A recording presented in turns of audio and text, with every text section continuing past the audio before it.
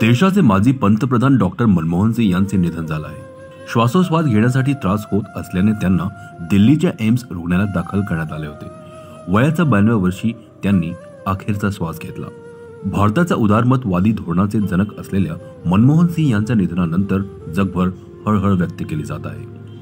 प्रकृतीच्या कारणास्तव डॉक्टर मनमोहन सिंग हे गेल्या काही वर्षांपासून राजकारणापासून दूर होते। आता त्यांचे निधन झाले आहे।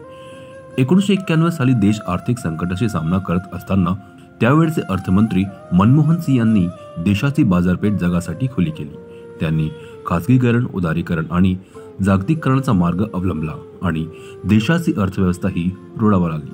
सन 2004 साली ज्यावेळी यूपीए सरकारने बहुमत गाठलं त्यावेळी डॉक्टर मनमोहन सिंग पहिल्यांदा पंतप्रधान बनले।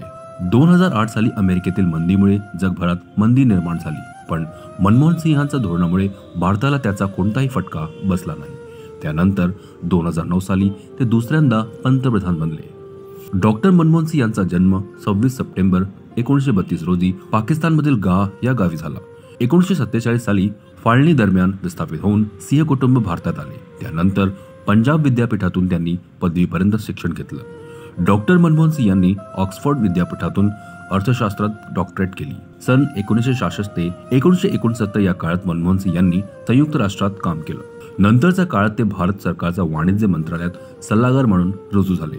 1972 ते 1976 या काळात भारत सरकारचे मुख्य आर्थिक सल्लागार म्हणून त्यांनी काम केलं।